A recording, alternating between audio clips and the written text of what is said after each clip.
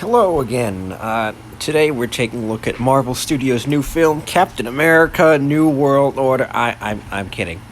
That movie doesn't come out till 2024, and Chris Evans is not in it. But the movie we're talking about today does have Chris Evans in it.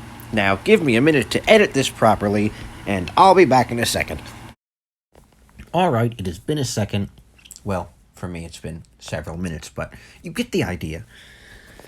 And I always feel the need to reiterate this, but you've seen the thumbnail, you've read the title, you know what we're talking about.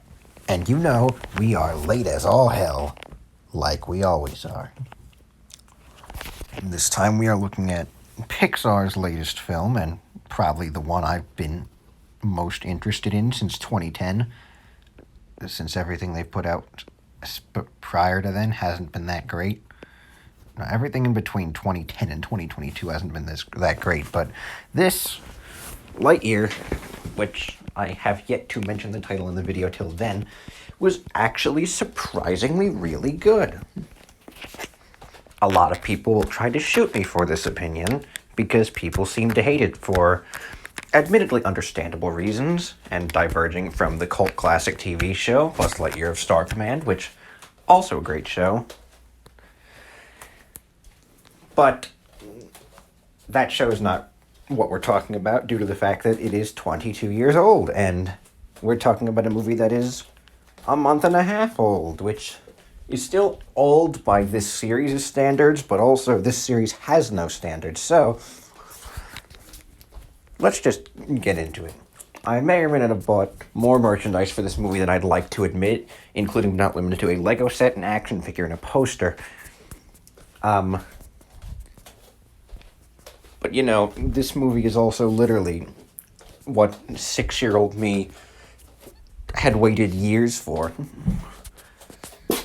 And the 6-year-old me inside of me was very happy with this.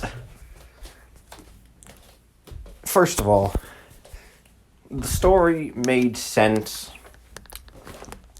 which is something I cannot say for a lot of movies and TV shows in this particular generation. Second of all, Chris Evans' portrayal of Buzz Lightyear was fantastic. I don't care what anybody else says, and yeah, he's no Tim Allen, but he plays the role right. He respects the role, and he makes a shit ton of references to iconic quotes and moments from the Toy Story films. The first 3, 4 is dumb, but we're not here to talk about 4. And time travel shenanigans, because we live in a time and era where everyone loves time travel and multiverse shenanigans. So every single brand needs to cash in on it. And they did. With time travel shenanigans, and by that, I mean it was entirely based on achieving hyperspeed or warp speed or whatever the term they used in this movie was. I can't keep track. I'm just going to call it hyperspeed or something like that. So yeah, the whole plot is around achieving hyperspeed after obliterating the one ship they used to crash land on the planet's warp drive thingy. And so they have to keep trying to make a new hyperdrive so they can escape the planet. 80 years later, it doesn't work. And there's Buzz, who has aged maybe a few minutes, because each attempt takes place. For him, it's only a few minutes, but for everyone on the planet, it's years. And by the end of his test run, approximately 80-something years have passed since they crash-landed there, except he's only perceived it as a few minutes. It's weird. And he's also got the funny RoboCat who ends up solving this whole equation using a tiny computer while locked in Buzz's dorm room for 62 years. Because that's a thing that happened. And then when he comes back after finally figuring out how to do it, well, the world is under siege, the city is under lockdown, there's 3 recruits who don't know batshit about anything, are the only hope that the city has. And also Buzz, who does not want to deal with them at all. Because of course he doesn't.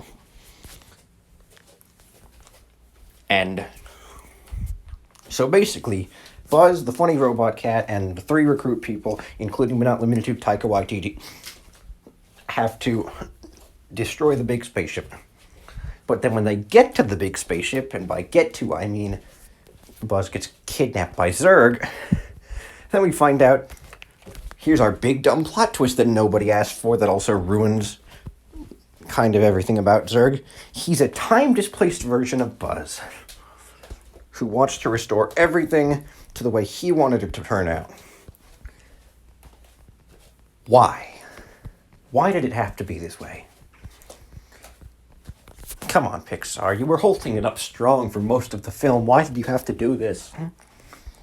Why does Zurg have to have a compelling origin story? He didn't have to for the last 20 years. He didn't have to in the Star Command show. Then he was just Wayne Knight being funny. I mean, I might be biased because Wayne Knight's performance as Zurg in Star Command is flawless in every way, and it is just absolutely godlike.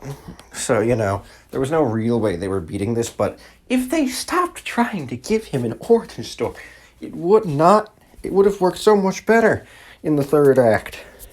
And it's even more of a shame because Zurg's design in this movie is also godlike. But he's a time-displaced Buzz, who's also... Did I mention he's voiced by James Brolin, the father of Josh Brolin, which means that Zurg in this movie is the father of Thanos / Cable / the guy from Dune / whoever else Josh Brolin has played. Very funny. We have immense amounts of comedy here. But yeah, then there was big fight scene on the big spaceship.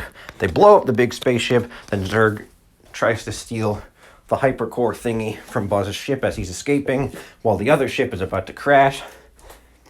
Then Buzz fucking shoots Zurg. Like, he shoots the hypercore drive thingy, whatever the hell it's called. Blows up, kills, quotation marks, Zurg. And then he straps on the jetpack after yeeting himself out of the ship, and then saves the bigger ship from crashing. I got to admit, I had a huge grin on my face during that scene when he finally put on the wings. And I'm like, oh yeah, this is Toy Story 2 opening scene vibes here. And then at the end, everyone gets cool new Space Ranger suits that are very similar to the actual Toy Story Buzz Lightyear's armor. So that was cool to see. I feel like they're totally setting up a sequel, though I'm not entirely sure it was a huge box office success because people are stupid. But in the event that a sequel happens, mark my fucking words, they are going to get the blue utility belts. I swear, it's just like a necessary evolution. They got the classic suits, they got the classic ship, now all they need is the utility belt. They're gonna get the belts. Mark my words, I swear, they're going to. And to set up a sequel even further, there was a post-credit scene. Zurg's not dead. I mean, that was kind of a given, but yeah, Zurg is very much not dead. And yeah, it's now 11:43 at night. I really don't want to do this anymore. I've said enough. I've said what I wanted to say about this movie. I am doing way too many of these episodes tonight. Not tonight, this week. You can tell that I'm exhausted and losing my mind right now.